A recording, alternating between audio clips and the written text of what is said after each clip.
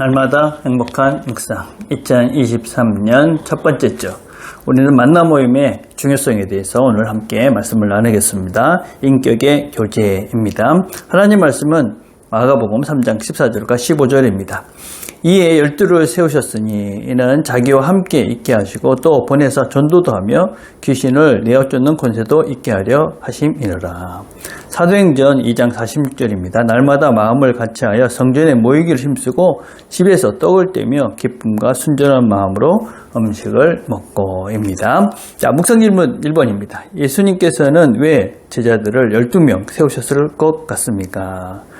예수님께서는 12명의 제자들과 가르치시고 사역을 같이 하셨습니다. 근데 그것뿐만이 아니었습니다. 같이 먹고 마시고 자고 그리고 많은 이야기를 제자들과 함께 하셨습니다. 이런 모든 시간들은 교제의 시간이다 라고 할 수 있습니다. 2년 반 이상 되는 시간들을 12명과 늘 함께 하면서 모든 것들을 같이 공유하시면서 그러면서 가르치시기도 하시고 이야기도 하시고 또 교제하시면서 그렇게 그 제자들과 함께 시간을 보냈습니다.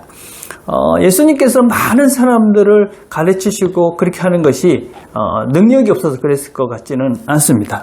12명을 그렇게 선택해서 그 사람들과 늘 함께 했던 것은 친밀한 교제를 위함이다 라고 할 수 있습니다.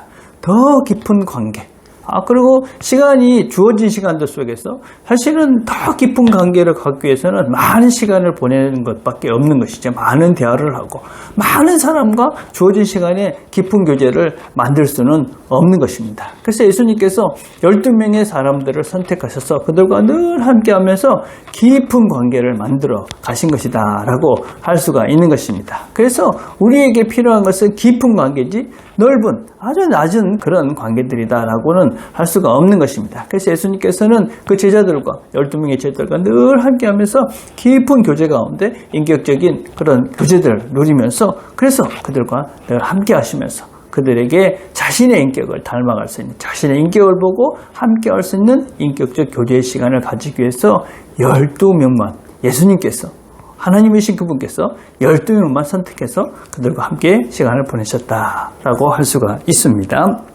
자, 2번입니다. 소그룹 모임이 필요한 이유를 생각해 봅시다. 소그룹으로 모일 때 어떠한 장점들이 있습니까?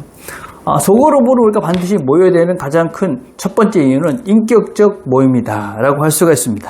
많은 사람들이 단체로 모여가지고 거기서 우선 인격적인 우리의 내면의 이야기를 서로 진솔하게 나눌 수는 없는 것입니다. 우리가 사람이 적게 모이면 적게 모일수록 우리는 우리의 내면의 이야기를 더 솔직하게 할 수가 있는 것이죠. 다른 사람이 적게 신경을 쓰고 내 마음을 토로해낼 수 있기 때문에 우리는 작은 모임이 되면 될수록 더 깊은 관계 속에 나간다라고 할 수가 있습니다. 그래서 소그룹의 장점은 무엇보다도 내 자신을 열어낼 수가 있는 것이죠. 내 자신을 드러내놓을 수 있고 진솔한 내 얘기를 할 수 있다. 그래서 그렇게 진솔한 진실된 그런 마음들이 서로 나눠지면서 그 속에서 진정한 인격적 교제 인격적 관계들이 만들어지는 것이다 라고 할 수 있기 때문에 소그룹 모임의 무엇보다도 특징은 장점은 바로 인격적 교제다 라는 것이다 할 수 있습니다. 자, 두 번째는 이 소그룹 모임은 유연성과 또 유동성이 있습니다. 작게 모이기 때문에 이렇게 저렇게 바뀔 수가 있고 또 이곳저곳에서 모일 수 있고 이런저런 다양한 방법을 통해서 이 소그룹 모임을 우리가 운영해 갈 수가 있는 것입니다. 그래서 다양한 곳에서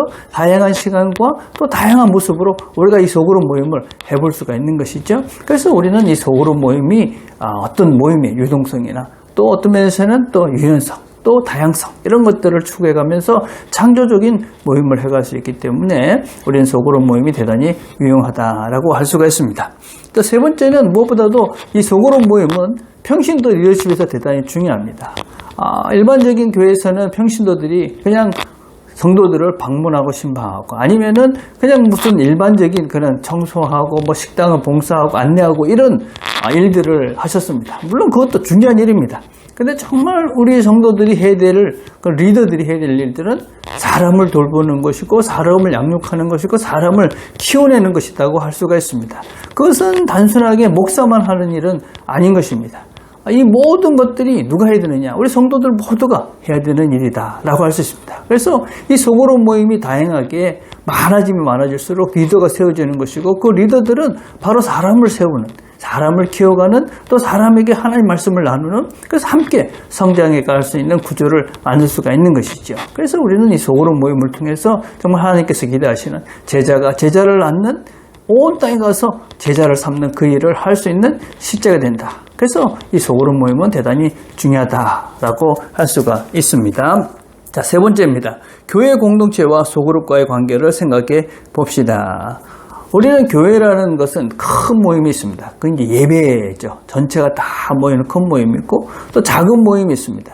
그 작은 모임이 소그룹 만남 모임입니다.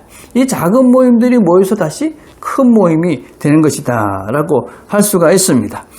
우리는 예배를 통해서 우리의 방향, 우리가 하나님께 간다, 하나님을 향해서 우리가 이 예배를 드린다. 그래서 우리가 가는 길을 확인하는 것이죠. 근데 교제를 통해서 우리는 인간적인 사람들 간의 관계들 속에서 인격적인 교제를 통해서 하나님을 사랑하는 것이 예배라면 이웃을 사랑하는 실제적인 것이 바로 이 만남 모임, 소그룹 모임이다 라고 할 수가 있습니다.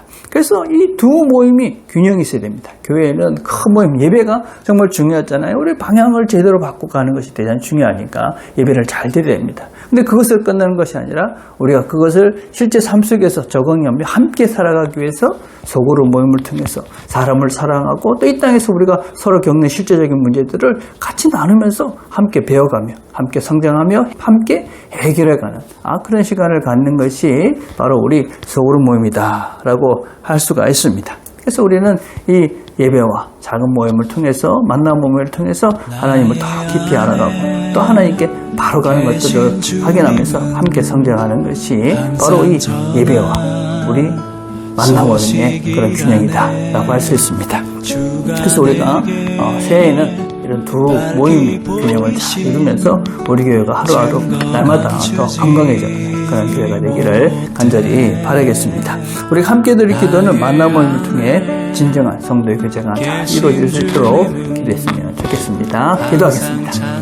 하나님 감사합니다. 오늘도 함께 말씀을 들었습니다. 들은 말씀 잘 기억하고 우리 모임 가운데 하나님께서 기뻐하시는 아름다운 성도의 교제가 늘 풍성해져가는 귀한 모임이 되도록 은혜를 베풀어 주시옵소서. 예수님의 이름으로 기도드립니다. 아멘.